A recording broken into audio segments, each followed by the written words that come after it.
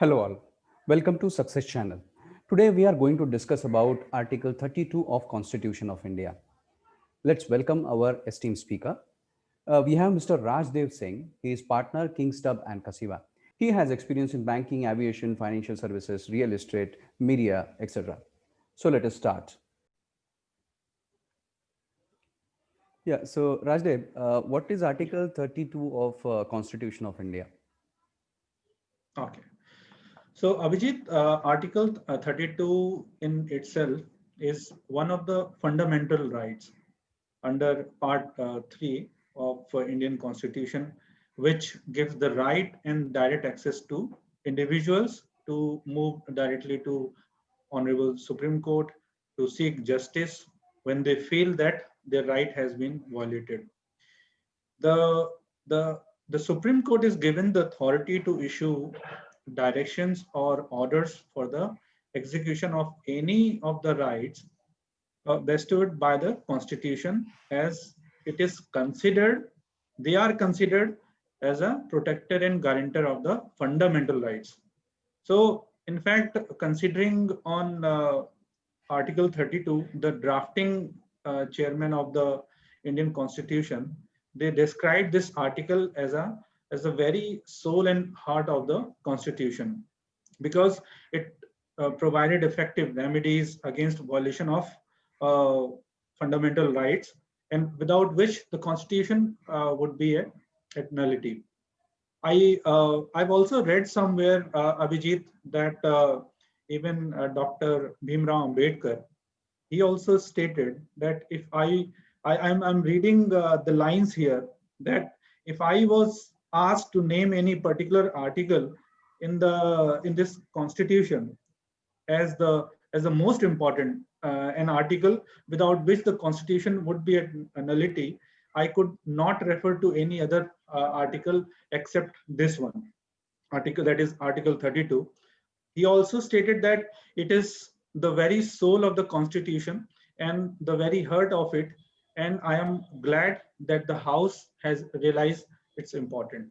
So we can understand this article 32 is going to be very important. It is very important, and it is you can say one of the fundamental right, like the others one. So therefore, we can say that an assured right is guaranteed here to the individuals for the enforcement of the fundamental right by this article, as law provides the right to an individual to directly approach the Supreme Court. That is without following the linear process of moving to lower court and then to high court and then to Supreme Court.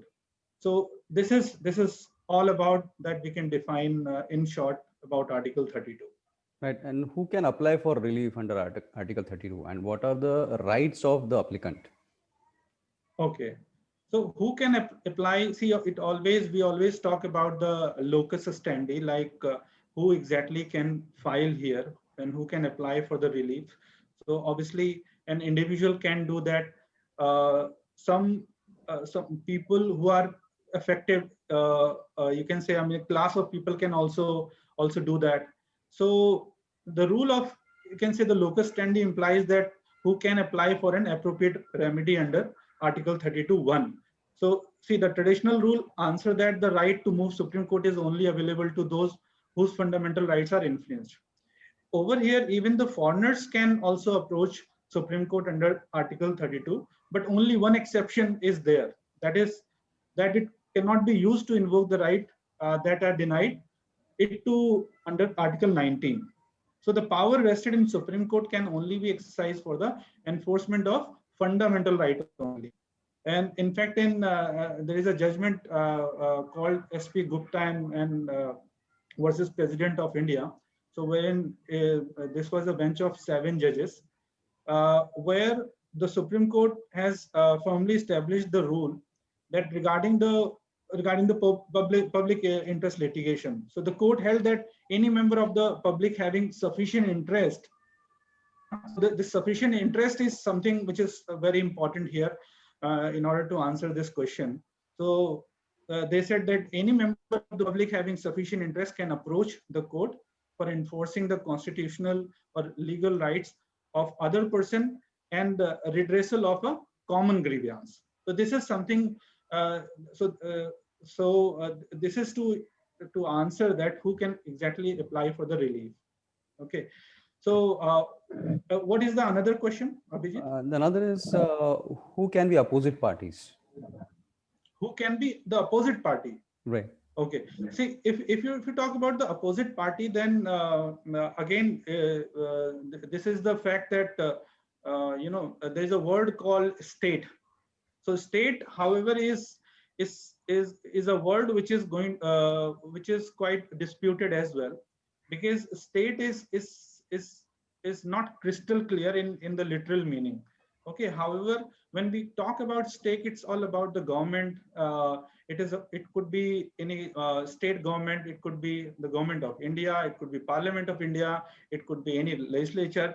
It may include all local authorities, any kind of authorities within the territory of India, any kind of municipal government like MCDs and all that. See, they are validated, like these are validated authorities who can be considered as a state. However, in various judgment, the state have been defined in another manner also. So it could be a point of dispute, or maybe you can say argument, like who can fall under the state or not. There have been many judgments that we have seen in last decade, wherein people like bodies like BCI, this cricket body that was considered to be part of state. So there are many judgments like this. So the term state includes the executive as well as legislative organs of the union, as well as the state, as well as all the local and other authorities within the territory of India or under the control of government of India. It is therefore the action of these bodies that can be challenged before the court as violating fundamental right. So the most significant uh, uh, expression that used is in Article 12 also, that is called other authorities. So this is where the discretion lies. Okay. So this is all about all about the, like, who can be the opposite party in the cases of Article 32. Can you give us few examples of Article 32 cases? Okay. So there are obviously many examples. There are many prominent examples as well, right? For example, there was a lot of hue and cry about a case of Sabrimala temple as well. So I mean, if you talk about citation, then it is called Indian Young Lawyer Association versus State of Kerala, wherein Supreme Court declared the custom of Sabrimala temple as unconstitutional, where the women in their menstruating years, I mean, it prohibits the women during the menstruating years or time. So as such, custom of temple was violating right to equality under Article 14 and Article 25, that is freedom of religion. Apart from this, there is also one case called KS Puttaswamy versus Union of India. So in this judgment, right to privacy and right to privacy was the constitutionally protected right in India. So as well as it talks about it talks about right to privacy was a constitutionally protected right in India, as well as being incidental to other freedoms guaranteed by the Indian constitutional. Hence, as the fundamental right is affected, the scope of Article 32 was also increased. So likewise, in Joseph Shine versus Union of India 2018, the court also struck down Section 497 of IPC as unconstitutional, being violative of Article 14, 15, and 21 of the Constitution, and also held that Section 198 of subsection 2 of the CRPC shall be unconstitutional to the extent that it is applicable to Section 497 of IPC.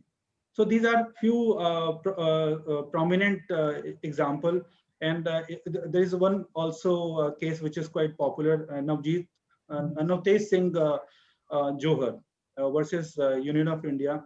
So in this landmark case, the five judges of the Honorable Supreme Court, they stepped down section 377 of IPC to the extent that it criminalized same-sex relation between consenting adults. So this is all about the few you can say prominent examples. Okay. Yeah. And can this Article 32 judgment be challenged? See, basically, because it's Article 32 is one of the fundamental right, and it gives power and access directly to the Supreme Court. So first of all, you can't file any appeal under section against this provision, against this article. But yes, a law, any order can be reviewed by there are two, you can say, a relief, Abhijit, that we can talk about. One is that it can always be reviewed by the same court, and second, that it can be referred to the larger bench also. So these are the two, you can say, provisions under which, I mean, these are the two reliefs which can be availed by one. Okay. Yeah. And what is your view about effectiveness of Article 32? Okay. See, if you talk about effectiveness, then again, I mean, we have to just go in detail about Article 32. First of all, we have to see what are the powers which is enjoyed by Honorable Supreme Court under this article. So Article 32 of the Constitution gives an extensive, you can say, original jurisdiction to the Supreme Court in regard to the enforcement of fundamental rights. Right. So see, when we talk about Article 32, we always talk about the writs. So these are, you can say, five kind of writs are there, which actually, which talks about the fundamental rights. And not only Supreme Court, the High Court also enjoys the same power, but there are some additional power which is given under Article 2, under Article 226, right? So it's like copy and paste, but there are other additional power have been given to under Article 226. But if we talk about Article 32, it is only with respect to safeguarding the fundamental rights.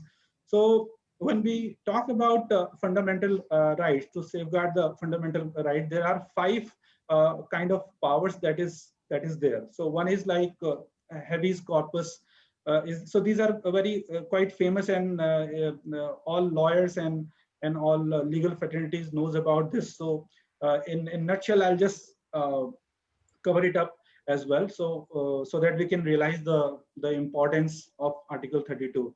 So habeas corpus is all about, you can say, this is one of the important writ wherein it is the personal liberty which talks about you can have the body. So the main purpose of this writ is to seek relief from the unlawful detention of an individual. Now it comes to the another is mandamus. So which means in Latin it means we command. So this writ is issued for the correct performance of mandatory and purely ministerial duties, and is issued by a superior court to a lower court or a government official. Next is certiorari. This writ is means like to certify. So there are several grounds for the issue of writ. That it is, but it is, it's not issued against purely administrative or ministerial order, and that is this can only be issued against the judicial or quasi judicial orders. So this is basically issued to quasi judicial or subordinate courts if they act like either they have without any, I mean, they have used their power without any jurisdiction, or if it is in violation of the principle of natural justice, or in opposition to the procedure which is, you can say, established by the law, or if, let's say, if there is any error in the judgment, or which is on the face of it. So next is we can also talk about prohibition, wherein it is issued primarily to prevent an inferior court or tribunal from exceeding its jurisdiction or acting contrary to the rules of natural justice. Again, last one, that the fifth one that we can talk about is this is the writ where the holder of an office is called upon to show the court that under what authority you are holding the office. So this is something that can be challenged here, and the instant relief is guaranteed here. So this is the so these are the basically the powers which has been given to the Honorable Supreme Court. So these are the 5 writs where normally lawyers goes and just get the relief, and these are quite instant in nature. So these are very effective as well. And you know, I mean, the constitutional remedies also provides to the citizens are these are very powerful orders, and with having immediate effects.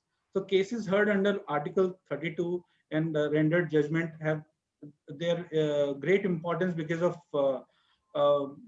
because the Article 32 is called heart and soul of the Constitution. So specifically, cases filed under this provision, you can, as I told you, that you can directly approach to the Supreme Court.